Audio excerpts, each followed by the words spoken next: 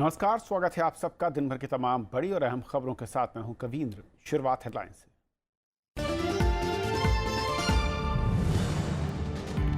3 जून से ईवीएम में छेड़छाड़ साबित करने की चुनौती, हर पार्टी भेज सकती है 3 प्रतिनिधि। मुख्य चुनाव आयुक्त ने कहा, चुनाव सुधार सबकी जिम्मेदारी।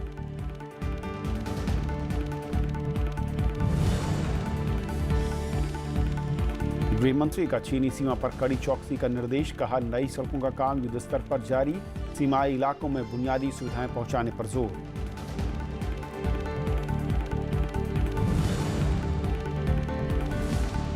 फिर खुला ऋषिकेश बद्रीनाथ हाईवे, 800 लोगों ने शुरू की आगे की यात्रा। कल भूस्खलन के बाद फंस गए थे 2000 यात्री।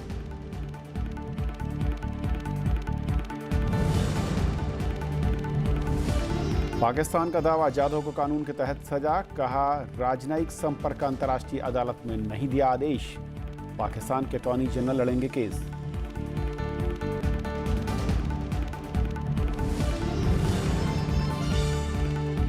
ईरान में लगातार दूसरी बार जीते राष्ट्रपति हसन रूहानी, कट्टरपंथी इब्राहिम रईसी को भारी मतों से मात।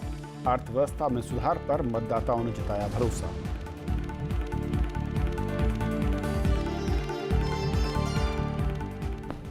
चुनाव आयोग ने 3 जून से राजनीतिक दलों को ईवीएम में हैकिंग साबित करने की चुनौती दी है।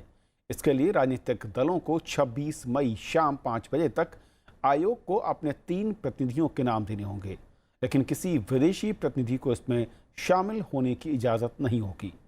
मुख्य चुनाव आयुक्त नसीम जैदी ने ईवीएम में छेड़छाड़ से इनकार करते हुए कहा कि चुनाव सुधार सबकी जिम्मेदारी है। इलेक्ट्रॉनिक वोटिंग मशीनों में छेड़छाड़ के आरोपों को देखते हुए चुनाव आयोग ने शनिवार को ईवीएम और वीवीपीएटी का डेमो दिया। इनमें मशीनों के काम करने के तरीके को दिखाया गया। मुख्य चुनाव आयुक्त नसीम जैदी ने कहा कि ईवीएम से छेड़छाड़ संभव नहीं है। आधुनिक तकनीक का इस्तेमाल किया गया है, इसका डाटा ट्रांसफर नहीं हो सकता। The Commission is confident and has firm conviction about the integrity, non-tamperability and credibility of our electronic voting machines.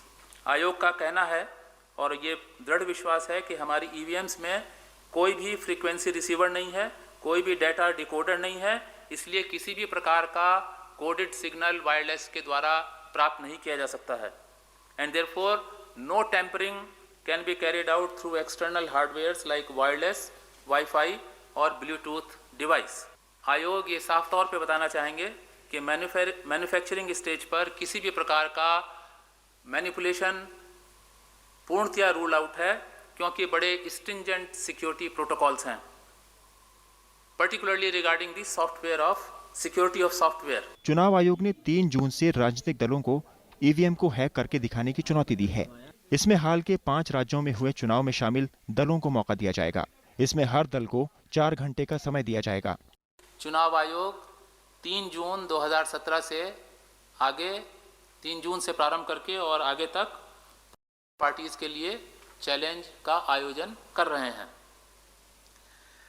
Election commission of India invites the nominees of national and state recognised political parties who contested and claimed that the EVM machines held under the ownership of Election Commission of India and used in recently held General Assembly elections of 5 states were tampered and or these could be tampered even under technical and administrative safeguards of the Commission, and they will have to demonstrate this claim at the Election Commission headquarters. चुनाव आयोग ने कहा कि EVM में छेड़छाड़ को लेकर कुछ शिकायतें मिली हैं, लेकिन पुख्ता सबूत नहीं मिले हैं। मशीनों से छेड़छाड़ की आशंका के निराकरण के लिए ईवीएम में वीवीपैट मशीन लगाई जाएगी। इसमें ये प्रिंटर है, स्टैंड अलोन प्रिंटर है, बैटरी ऑपरेटेड है, ये बैटरी से चलता है। इसकी किसी भी और डिवाइस से कनेक्टिविटी नहीं होती है। इस डिवाइस को हम कंट्रोल यूनिट से कनेक्ट करते हैं और उसके बाद में जब हम बैलेट प्रेस करते हैं, पीटरसन जब बैलेट प्रेस करता है, उसके बाद में अगर कोई भी वोटर आता है, वोटिंग कंपार्टमेंट में ये दोनों मशीनें रहती हैं, ये पीटरसन के पास रहती हैं। जब हम कोई भी बैलेट बटन दबाते हैं तो उस नाम का प्रत्याशी का स्लिप इसमें से निकलती है और वो स्लिप कटके उसमें गिर जाती है। उत्तर प्रदेश सहित 5 राज्यों के विधानसभा चुनावों के नतीजे आने के बाद आम आदमी पार्टी, बसपा, सपा और कांग्रेस सहित कई दलों ने ईवीएम की विश्वसनीयता पर सवाल उठाए थे। दिल्ली की केजरीवाल सरकार ने विधानसभा का विशेष सत्र बुलाकर डेमो के जरिए ईवीएम को हैक करने का दावा किया था। कि यह सवाल विश्वसनीयता का है, लोकतंत्र का है और दुनिया के सबसे बड़े लोकतंत्र का है। निर्वाचन आयोग और केंद्र सरकार दोनों को मिलकर इस बात को तय करना है कि मतदाताओं के मन में जो भ्रम पैदा हुआ है उस भ्रम को यथाशीघ्र कैसे दूर किया जाए। राज्यसभा टेलीविजन के लिए कैमरा पर्सन सुधांशु के साथ दिल्ली से अखिलेश सुमन। और आइए सुनते हैं चुनाव आयोग की चुनौती पर राजनीतिक दलों की क्या राय है। चुनाव आयोग को बजाय चुनौतियां देने के मेरी ये विनम्र राय है उनसे कि उन्हें ये देखना चाहिए कि कहीं ईवीएम के अंदर कोई गलती तो नहीं, और अगर कोई गलती है तो वो सब एक्सपर्ट्स को बुलाएं और उन एक्सपर्ट्स को बुलाकर उसे दुरुस्त करवा लें। ईवीएम को दोष देने की जो नौटंकी कर रहे हैं इसमें इसका कोई विश्वसनीयता नहीं है। और जहां तक पारदर्शिता का सवाल है, पेपर ट्रेल का सवाल है, हम पूरी तरह सरकार को और इलेक्शन कमीशन को इसके लिए बधाई देना चाहते हैं। लेकिन लोकतंत्र में अगर विपक्षी दल कुछ आशंकाएं और शक शुबह महसूस करते हैं तो चुनाव आयोग का दायित्व है, सरकार का दायित्व है कि उसको पूरा करे। जो terms and conditions election commission लगा रहा है ईवीएम को हैकिंग के लिए, वही टर्म्स एंड कंडीशंस हम अपनी मशीन के लिए लगाते हैं, जो हमने विधानसभा में टेम्पर करके दिखाया। चुनाव आयोग और उसके एक्सपर्ट्स हमारी मशीन को टेम्पर करके दिखा दें उसी। अखिलेश तुम हमारे साथ जुड़ रहे हैं, हमारे संवाददाता अखिलेश, जिस तरीके से ईवीएम को लेकर लगातार आशंकाएं तमाम दलों की ओर से हो रही थीं, अब जबकि एक तरीके से मैं कहूं कि चुनाव आयोग ने खुला चैलेंज किया है, किस तरीके से प्रोसीजर है? पॉलिटिकल पार्टियों के लिए 4 मशीनों की बात हो रही, 4 प्रतिनिधि उनके जाएंगे, कब तक उनको अप्लाई करना होगा, और ये जो पूरा प्रोसेस है इसको कैसे आप देखते हैं? देखिए कविंद्र, जो पहले आज जो हुई कि विज्ञान भवन जो दिल्ली का एक सबसे ही विख्यात जो जगह है, वहाँ पे चुनाव आयोग ने तकरीबन 4 घंटे का पूरा प्रदर्शन किया। हम लोगों को समय दिया गया, जो पूरा प्रोसेस है चुनाव, जो फैक्ट्री से ईवीएम मशीन आती है और उसके बाद 4 प्रोसेसेस में वो मतगणना तक पहुँचती है। चुनाव आयोग ने यह किया कि हर प्रोसेस पे, हर चरण पे राजनीतिक दलों के प्रतिनिधि होते हैं जो ईवीएम मशीन की जांच करते हैं, और वो मतगणना होने तक जो राजनीतिक दलों के प्रतिनिधि हैं वो रहते हैं। और जब जिस दिन मतदान होता है उस दिन मतदान के पहले 50 वोट डाले जाते हैं और उसमें हर राजनीतिक दलों के एजेंट होते हैं, और उन एजेंटों के सामने 50 वोट डालकर दिखाया जाता है कि ये जहां वोट डाल रहे हैं वही है। तो चुनाव आयोग ने अपनी तरफ से जो तर्क दिए हैं, उन तर्कों को अगर देखें व्यवहारिक रूप से तो वो सही लगते हैं। लेकिन जो राजनीतिक दलों ने जो सवाल खड़े किए हैं, सवाल यह है कि तकनीकी रूप से क्या यह संभव है कि नहीं है कि अंतिम क्षणों में, जब मतगणना के पहले या मतदान के पहले के अंतिम क्षणों में 2 मिनट में, 5 मिनट में ऐसी कोई स्थिति बन सकती है क्या कि आपके लोग, मतलब सरकार के लोग जिनको विजय मिली है, वो कहीं चिप में परिवर्तन कर दें? चुनाव आयोग ने कहा कि जो हार्ड डिस्क है, जो हार्ड डिस्क चुनाव आयोग ने लगाए हैं, उस हार्ड डिस्क पर प्रयोग करके राजनीतिक दल देख लें कि उसमें परिवर्तन संभव है या नहीं है। और अगर वो हार्ड डिस्क नहीं रहेगा तो चुनाव आयोग का वह ईवीएम नहीं रहेगा। वो आम आदमी पार्टी ने जो सवाल खड़ा किया था विधानसभा में, उनके एक एमएलए ने, तो ये एक बहुत ही, एक तरह से कहें कि यह बहुत ही अच्छी प्रक्रिया है कि चुनाव आयोग ने सभी राजनीतिक दलों को बुलाया है और उनके मन में जो संशय है, 4 घंटे मिलेंगे सभी राजनीतिक दलों के प्रतिनिधियों को अपने अपने प्रयोग करने के लिए ईवीएम मशीन पे।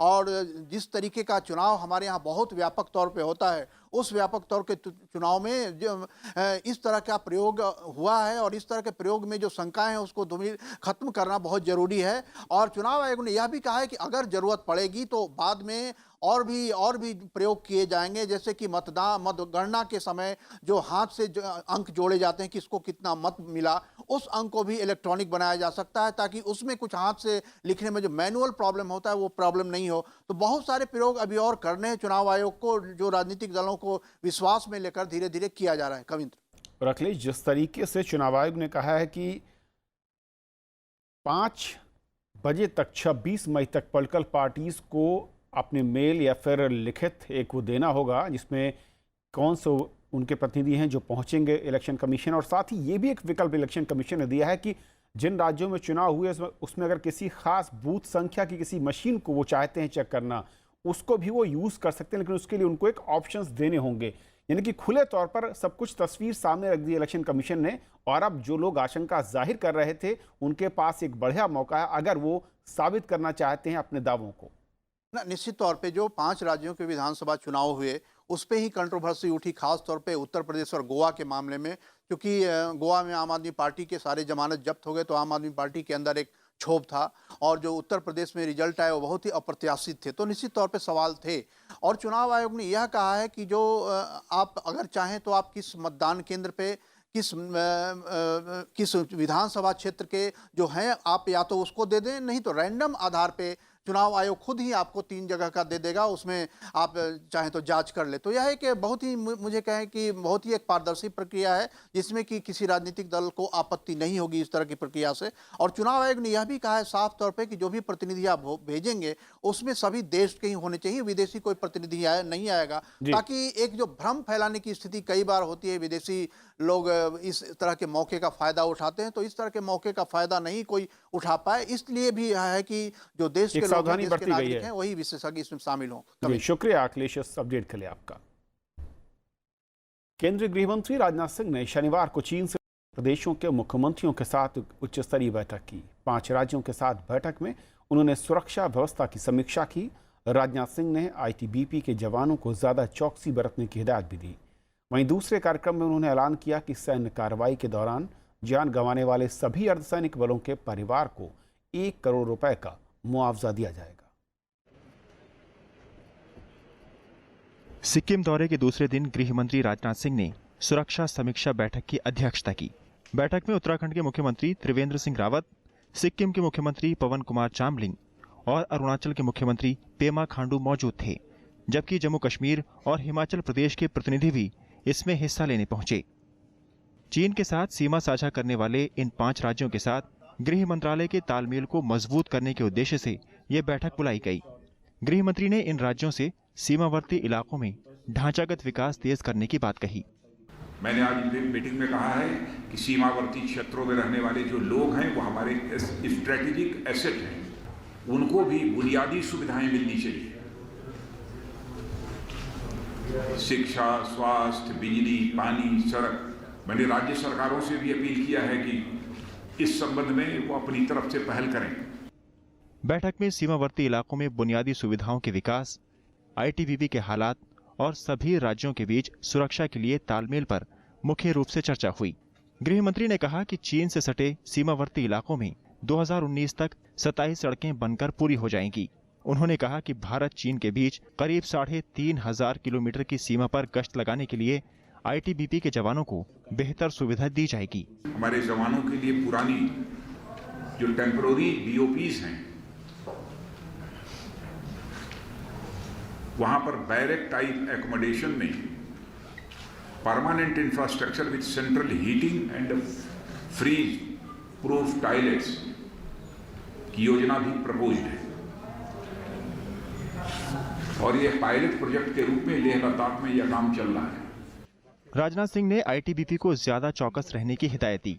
इस वक्त आईटीबीपी 173 बॉर्डर आउटपोस्ट के जरिए सीमा की निगरानी रखती है। राजनाथ सिंह ने सभी अस्थायी बैरकों को स्थायी बैरकों में तब्दील करने का भी ऐलान किया। इसके बाद राजनाथ सिंह नाथुला के दौरे पर गए, जहां उन्होंने आईटीबीपी के जवानों को संबोधित करते हुए एक और अहम ऐलान किया। उन्होंने कहा कि सैन्य कार्रवाई के दौरान जान गंवाने वाले सभी अर्धसैनिक बलों के परिजनों को कम से कम 1 करोड़ रुपए मुआवजा दिया जाएगा। Bureau report, Rajya Sabha TV. और फिलहाल एक ब्रेक, और ब्रेक के उस पार कुछ और खबरें।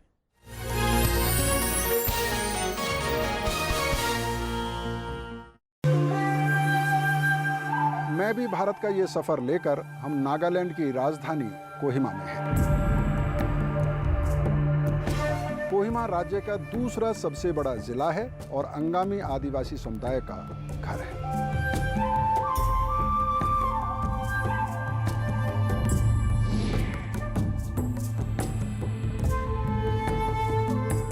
कोहिमा का एक लंबा इतिहास है और इतिहास का गहरा संबंध है अंगामी आदिवासी समुदाय से। अंगामी आदिवासी समुदाय के प्रशासनिक और न्यायिक व्यवस्था ये अभी भी परंपरागत तरीके से ही चलती है।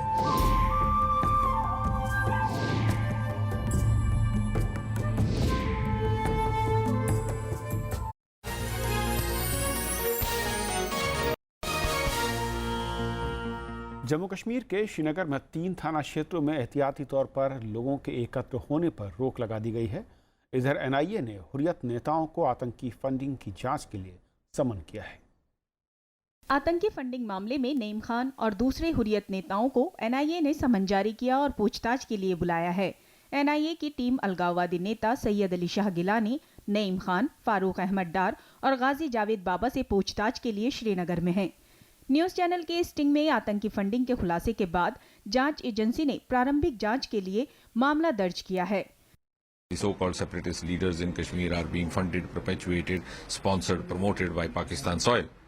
But it is for once now, after nearly 20-25 years of this protracted phase of militancy, that the present government has decided to proceed ahead with a decisive action.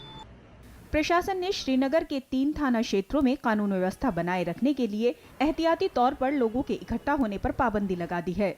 माना जा रहा है कि हुर्रियत कॉन्फ्रेंस के कार्यक्रम को देखते हुए ये कदम उठाया गया है। इधर पुलिस कश्मीर घाटी में गुमराह युवकों को मुख्य धारा में लाने और हिंसा से अलग करने के लिए लोगों की मदद लेने की कोशिश कर रही है। प्रायोरिटी ये रहेगी कि यूथ को काउंसलिंग करके, यूथ को एकेडमिक्स की तरफ ध्यान दिलवा के, यूथ को पॉजिटिव उनकी एनर्जीज चैनलाइज करके उनको एक पॉजिटिव तरीके पे लाया जाए। कश्मीर में पत्थरबाजों से निपटने के लिए सीआरपीएफ के जवानों को स्पेशल ट्रेनिंग दी जा रही है। जवानों को बताया जा रहा है ऐसे हालात में कैसे भीड़ को काबू करें। सीआरपीएफ के अधिकारी ने बताया कि उनकी पहली प्राथमिकता हर स्थिति में नागरिकों के जीवन की रक्षा करना है, जिसमें जम्मू कश्मीर स्पेसिफिक जो भी लॉ एंड ऑर्डर से रिलेटेड जो प्रॉब्लम्स हैं उसके बारे में उनको सेंसिटाइज किया जाए। उस बातों को ध्यान रखते हुए ही कार्रवाई करें, जिससे किसी तरह का कोई मानवाधिकार की समस्या या किसी तरह के कोई लीगल इम्प्लीकेशंस ना होने पाए। इधर दिल्ली में कश्मीर घाटी के हालात पर कांग्रेस नेताओं की बैठक हुई। पूर्व प्रधानमंत्री के आवास पर हुई इस बैठक में कश्मीर के कई पार्टी नेता भी शामिल हुए और घाटी के हालात पर चर्चा की। एक दूसरे की सोच से हमने अपने आप को परिचित करवाया और आज जो मौजूदा हालात हैं वादी में, उन पर भी चिंता व्यक्त की और अपनी अपनी बात कही। ये पहली मीटिंग थी। हाल के दिनों में जम्मू कश्मीर में पत्थरबाजी, आतंकी हिंसा और सीमा पार से संघर्ष विराम उल्लंघन की घटनाओं में तेजी आई है। इसके पीछे पाकिस्तान का हाथ होने के खुलासे हुए हैं। Bureau report, Rajya Sabha TV.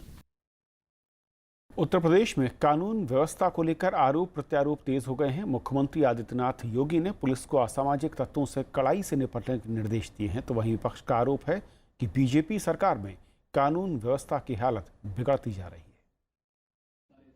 Uttar प्रदेश के मुख्यमंत्री आदित्यनाथ योगी ने शनिवार को कानपुर में पुलिस और प्रशासन के अधिकारियों के साथ बैठक की। उन्होंने अपराधियों पर सख्ती से लगाम लगाने का निर्देश दिया। मुख्यमंत्री ने अपराधियों से सांठगांठ रखने वालों पर भी कड़ी कार्रवाई करने को कहा। जिन लोगों के अपराधियों से, घोषित माफिया सरगनाओं से संबंध है, ऐसे तत्वों को भी चिन्हित करके उनको बाहर का रास्ता दिखाया जाना चाहिए। उनको गैर जनपद करिए, गैर परिक्षेत्र करिए, गैर जोन भेजने की व्यवस्था करिए। उसके बाद भी कोई सुधरने का नाम नहीं ले रहा है तो ऐसे तत्वों की बर्खास्तगी की कार्रवाई की जानी चाहिए। उधर विपक्ष ने आरोप लगाया कि बीजेपी सरकार कानून व्यवस्था संभालने में पूरी तरह नाकाम है। बीएसपी प्रमुख ने कहा कि सत्ता में आने के बाद बीजेपी अपना वादा भूल गई है। ये सरकार प्रदेश की आम जनता को भी शांति, सद्भाव व सुरक्षा का जीवन देने की अपनी पहली संवैधानिक जिम्मेवारी को भी निभाने में स्पष्ट तौर पर अब हमें विफल ही साबित होती हुई नजर आ रही है। इस बीच पुलिस ने मथुरा में 2 सर्राफा कारोबारियों की हत्या के 6 आरोपियों को गिरफ्तार कर लिया है। मुठभेड़ के बाद इन्हें गिरफ्तार किया गया। Bureau report, Rajya Sabha TV. Jamshedpur में बच्चा चोरी के आरोप में 4 लोगों को मार दिए जाने के मामले पर विरोध प्रदर्शन जारी है। प्रदर्शनकारी मारने वाले लोगों की गिरफ्तारी की मांग कर रहे हैं। उग्र प्रदर्शन को देखते हुए पुलिस ने भीड़ को तितर-बितर करने के लिए हवाई फायरिंग की। कई इलाकों में प्रदर्शनकारियों ने सड़कें बंद रखी। हालात पर काबू पाने के लिए पुलिस ने कुछ जगहों पर आंसू गैस के गोले छोड़े। पुलिस की दंगा नियंत्रण टीम इलाके में किसी भी तरह के सांप्रदायिक तनाव को रोकने के लिए मुस्तैद है। इस बीच मुस्लिम एकता मंच ने झारखंड के मुख्यमंत्री रघुवर दास को ज्ञापन सौंपकर हत्या करने वाले लोगों की गिरफ्तारी की मांग की। ऋषिकेश बद्रीनाथ नेशनल हाईवे यात्रियों के लिए खोल दिया गया है। कल शाम भूस्खलन के बाद सड़क बंद हो गई थी। यहां पर करीब 2000 यात्री फंस गए थे। एक दिन बंद रहने के बाद ऋषिकेश बद्रीनाथ नेशनल हाईवे यात्रियों के लिए फिर से खोल दिया गया। शुक्रवार को भूस्खलन से विष्णुप्रयाग के पास लगभग 2000 यात्री फंस गए थे। शनिवार को 800 यात्रियों ने अपनी यात्रा फिर से शुरू कर दी। बाकी बचे यात्री जल्द ही अगले पड़ाव के लिए रवाना होंगे। ये केवल मलबा आया है, कोई रोड वॉश आउट नहीं है, तो इसलिए कोई इतना पैनिक सिचुएशन नहीं है यहाँ पे। और जहाँ तक व्यवस्था का इशू है, हम लोगों ने यात्रा स्टार्ट कर दी है। बद्रीनाथ से हम लोगों ने यात्रियों को नीचे उतारना शुरू कर दिया। विष्णुप्रयाग से पहले एक रास्ता है, तो वहाँ से हमने घोड़े, खच्चर और कंडियों का इंतजाम कर दिया है। और कुछ यात्री जो पैदल चलने में इच्छुक है, वो भी आने के लिए तैयार हो गए हैं। यात्रियों की सुविधा के लिए प्रशासन हर संभव कदम उठा रहा है। यात्रियों के लिए खाने पीने का इंतजाम किया गया है। सीमा सड़क संगठन के कर्मचारी सड़कों को खोलने के लिए युद्ध स्तर पर काम कर रहे हैं। प्रशासन की ओर से किए जा रहे कामों की यात्री सराहना कर रहे हैं। टाउन एरिया में नगर पालिका में हमें ऑफिस में जगह दिलवाई और खाने वाने की भी व्यवस्था पूछी हमसे। अब यहाँ के बच्चे हमारे बहुत अच्छे लायक लगे हमें, जिसका कोई जवाब नहीं है। बच्चे वहाँ तक गए। शुक्रवार को विष्णुप्रयाग के नजदीक हाथी पहाड़ में भूस्खलन से बद्रीनाथ हाईवे बंद हो गया था। रात भर सैकड़ों यात्री फंसे रहे। Bureau report, Rajya Sabha TV. प्रवर्तन निदेशालय ने मनी लॉन्ड्रिंग की जांच के लिए नारद न्यूज के सीईओ मैथ्यू सैमुअल को ताज़ा समन जारी किया। ये जांच उस स्टिंग के बाद शुरू हुई थी जिसमें सांसद और मंत्रियों समेत तृणमूल कांग्रेस के कई नेताओं को कथित तौर पर धन लेते हुए दिखाया गया। सैमुअल को पहले 18 मई को बुलाया गया था, लेकिन स्वास्थ्य संबंधी वजहों से सैमुअल ने व्यक्तिगत पेशी से इनकार किया था। उन्होंने केरल में पूछताछ का अनुरोध किया था। अधिकारियों ने कहा कि सैमुअल से केरल में के कोच्चि में ईडी कार्यालय में अब पूछताछ होगी। पाकिस्तान के प्रधानमंत्री के विदेश मामलों के सलाहकार सरताज अजीज ने कहा है कि अंतर्राष्ट्रीय कोर्ट ने कुलभूषण जाधव को काउंसलर एक्सेस देने का आदेश नहीं दिया है। उन्होंने दावा किया कि कुलभूषण जाधव को पाकिस्तान के कानून के हिसाब से सजा सुनाई गई है और पाकिस्तान अगली सुनवाई में अंतर्राष्ट्रीय न्यायालय में मजबूत भेजेगा। कुलभूषण जाधव मामले में अब पाकिस्तान की ओर से वहां के अटॉर्नी जनरल अशतर औसफ अली शामिल होंगे। अंतर्राष्ट्रीय कोर्ट ने अंतिम फैसला आने तक कुलभूषण जाधव की फांसी पर रोक लगा दी है।